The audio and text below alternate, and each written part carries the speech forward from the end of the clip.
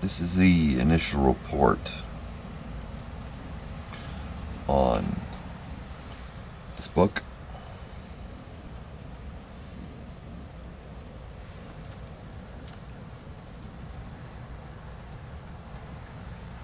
Frankenstein.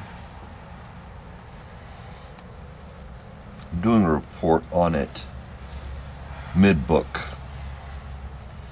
To notice some particularly notable passages, and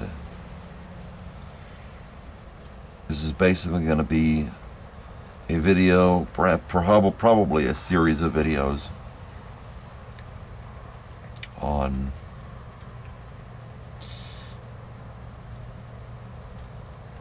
mostly reading and then a little bit of a summary or report on it.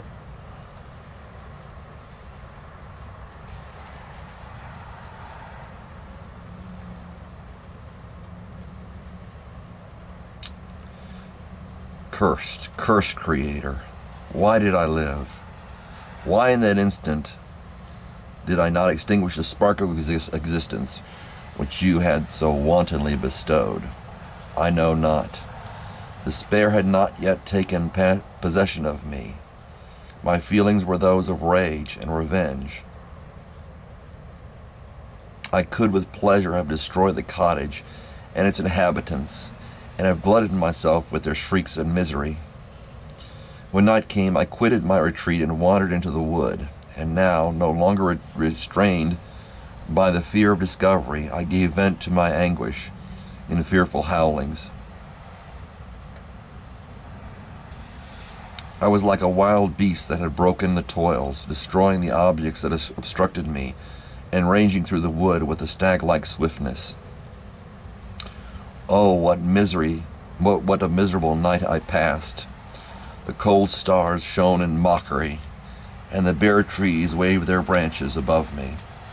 Now and then the sweet voice of a bird burst forth amidst the universal stillness. All save I were at rest or in enjoyment. I, like the arch-fiend, bore a hell within me, and finding myself unsympathized with, wished to tear up the trees, spread havoc and destruction around me, and then have sat down and enjoyed the ruin. But this was a luxury of sensation that I could not endure.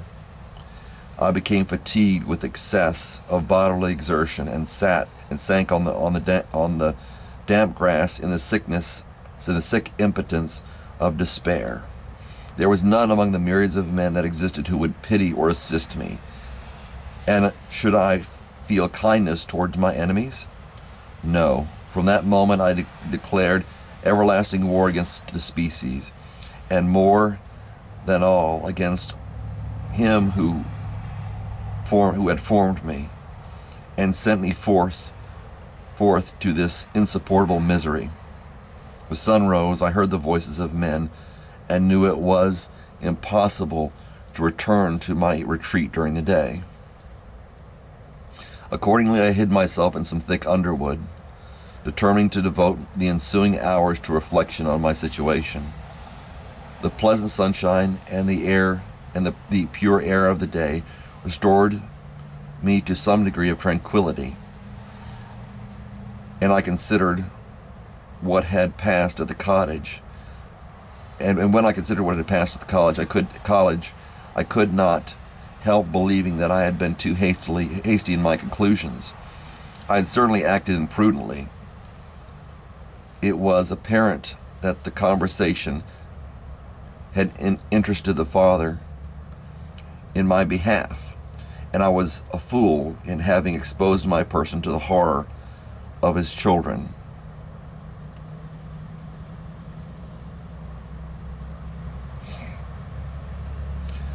I ought to have familiarized the old Lacey to me, and by degrees to have discovered myself to the rest of his family, when they should have been prepared for my approach.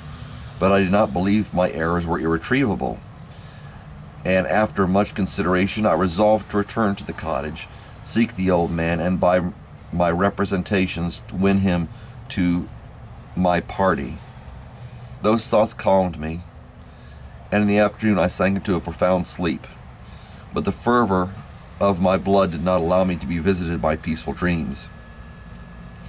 The horrible scene of the preceding day was forever acting before my eyes. The females were flying, and the enraged Felix tearing me from his father's feet. I awoke exhausted, and finding that it was already night, I crept forth from my hiding place and went in search of food. When my hunger was appeased, I directed my steps towards the well-known path and conducted to the cottage. All there was at peace. I crept into my hovel and remained in silent expectation of the accustomed hour when the family arose.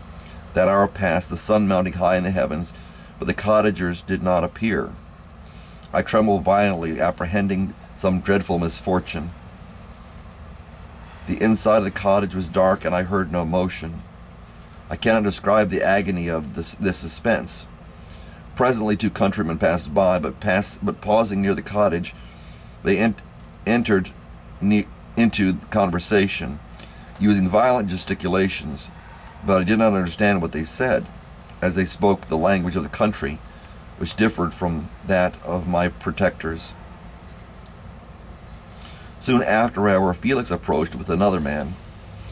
I was surprised, as I knew that he had not quitted the cottage that morning, and waited anxiously to discover from his discourse the meaning of these unusual appearances.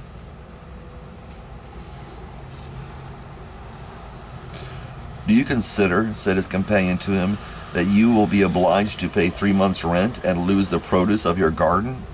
I do not wish to take any unfair advantage, and I beg, therefore, that you will take some days to consider your determination." "It is utterly useless," replied Felix. "We can never again inhabit your cottage. The life of my father is in the greatest danger, owing to the dreadful circumstance that I have related. My wife and my sister will never recover from their horror. I entreat you not to reason with me any more. Take possession of your tenement, and let me fly from this place." Felix trembled violently as he said this. He and his companion entered the cottage, in which they remained for a few minutes, and then departed. I never saw any of the family of de Lacy more.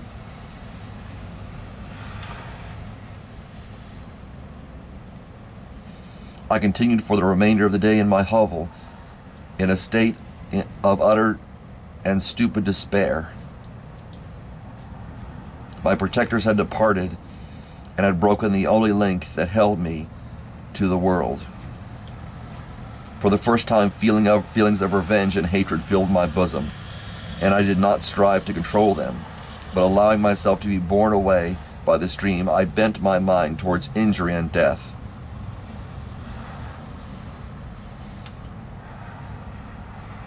When I thought of my friends, of the mild voice of de Lacy, the gentle eyes of Agatha, and the exquisite beauty of the Arabian, these thoughts vanished, and a gush of tears somewhat soothed me.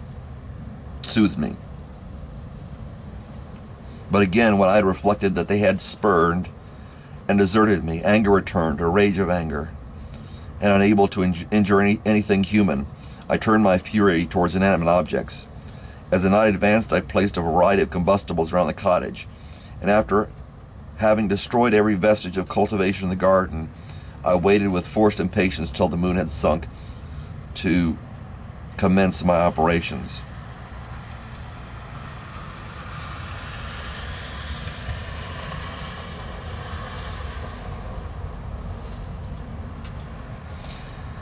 As the night advanced, a fierce wind arose from the woods, and quickly dispersed the clouds that had loitered in the heavens. The blast tore along like a mighty avalanche and produced a kind of insanity in my spirits.